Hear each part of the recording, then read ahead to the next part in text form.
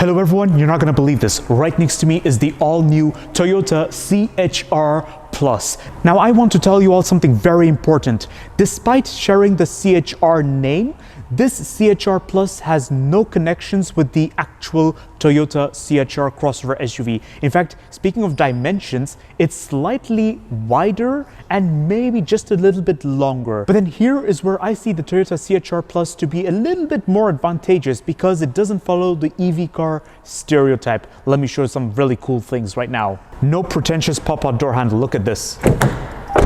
This is amazing. Although the alarm inside is a little bit annoying each time you open the door. For the interior, thank goodness you don't get a massive touchscreen to control just about everything. But then on the other side of the scale, I see some classic Toyota problems. Like, just look at how busy the interior is. My goodness. Now don't forget to subscribe and push the notification button and check the link in the description for more of my car reviews on YouTube of other Toyota cars and of course the potential competitors of this Toyota CHR Plus. All right, let's get on with this review right now.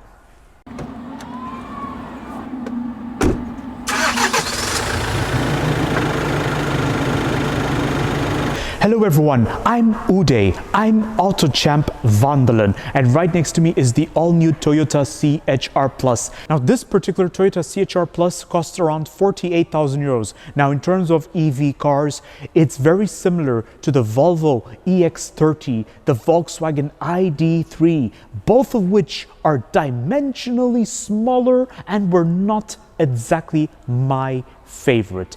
But there are some interesting competitors like the Renault Scenic E-Tech, the Renault Megane E-Tech. Will Toyota be able to put a proper fight against Tesla and BYD when it comes to electric cars? Because for a very long time, the Toyota brand had a curse for boring designs, despite the bulletproof reliability. But as of lately, this has all been changing. They've been releasing beautiful cars, desirable cars.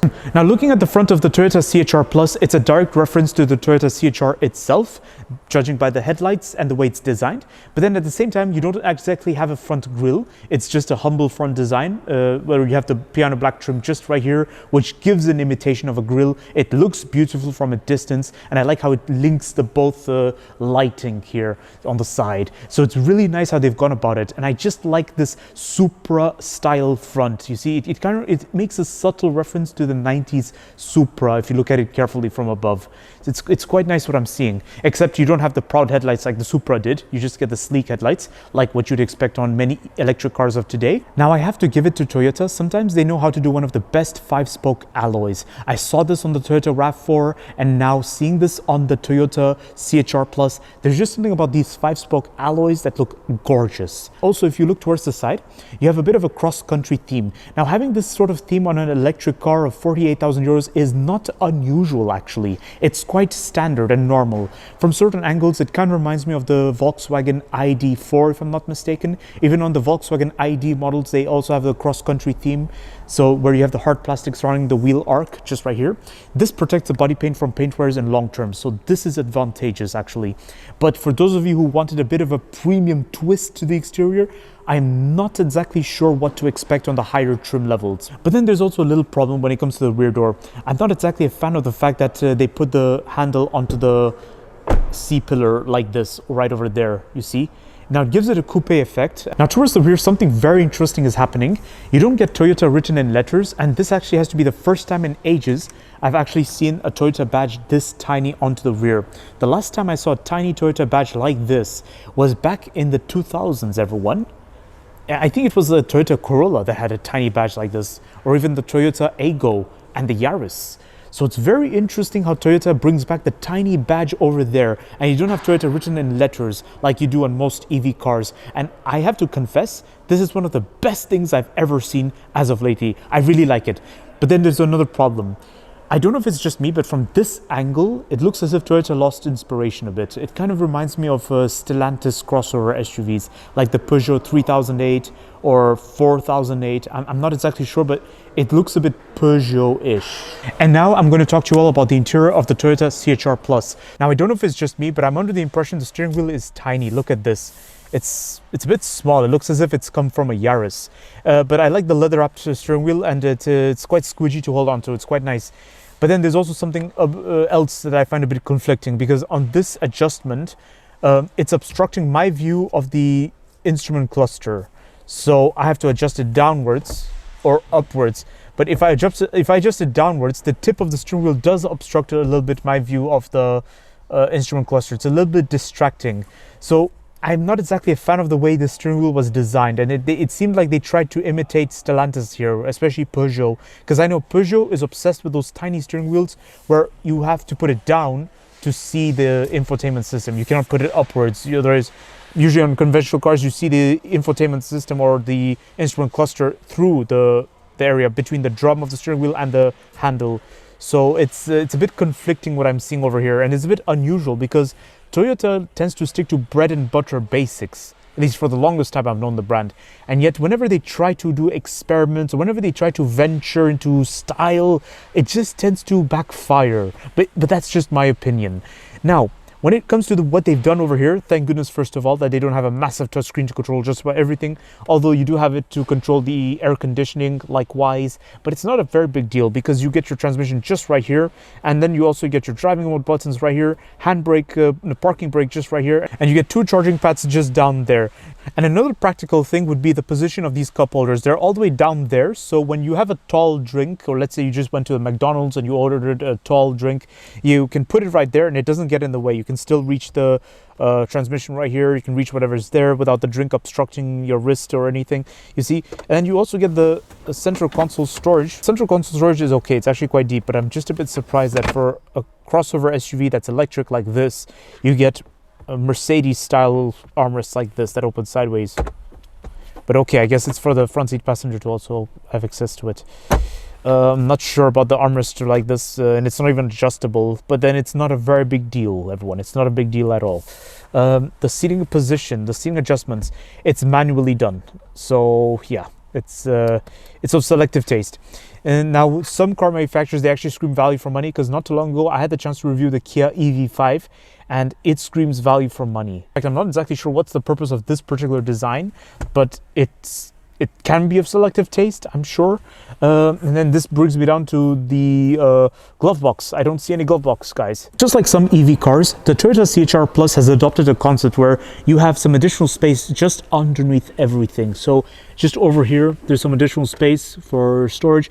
And then also you have a 12-volt socket over there, and a charging port just right here for your USB-C cables.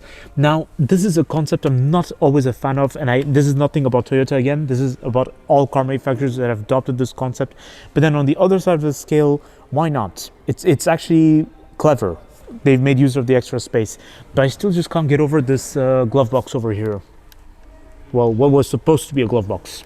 And now over to the rear seats of the Toyota CHR Plus. This is where things get a little bit interesting, because already I see the floor is flat in the middle, so there's no ridge. It's great, but let's not judge a book by its cover. Let's actually get inside. Now I see some classic electric car problems. The floor is a little bit shallow because I'm sure there's some electric car components underneath the floor. So therefore, I'm forced to have my knees in this position. If you look at this, this is a similar problem, by the way, I've noticed in the Volvo ES90 and in the DS8. But then you do get some goodies. I like this armrest you get just right over here with 2 cup holders and a little storage space, 2 air vents over here. But then for a price of 48,000 euros, the air vents look very budget. They look like they come from a Toyota from the 2000s.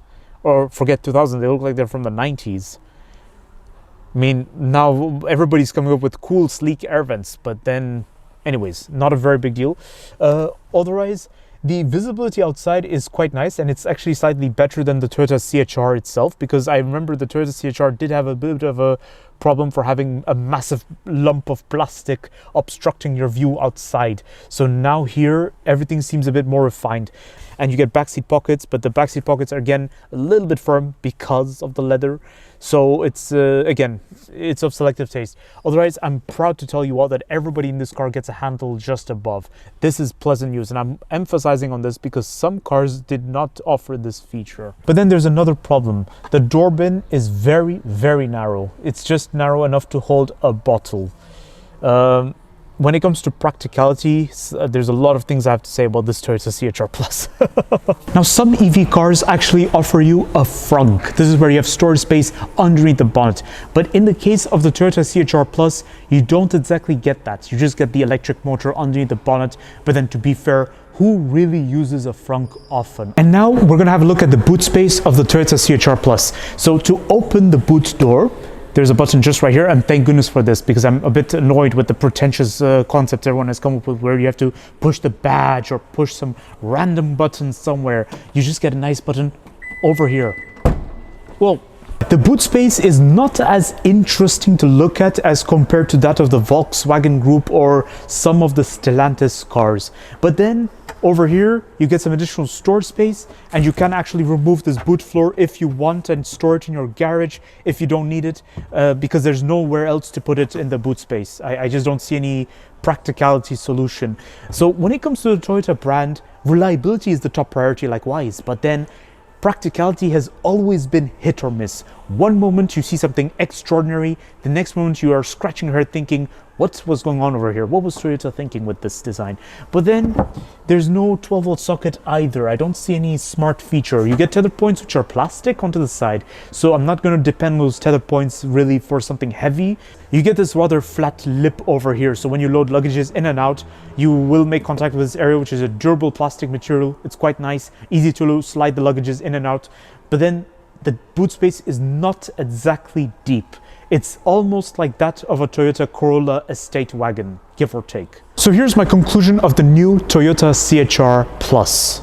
For a price of 48,000 euros, this has to be one of the most interesting electric cars of today. It looks stylish, it's Japanese, and it is a Toyota. So guaranteed reliability is standard. The exterior design is beautiful. I really like the way Toyota has gone about it. Far better when compared to Toyota models from many years ago.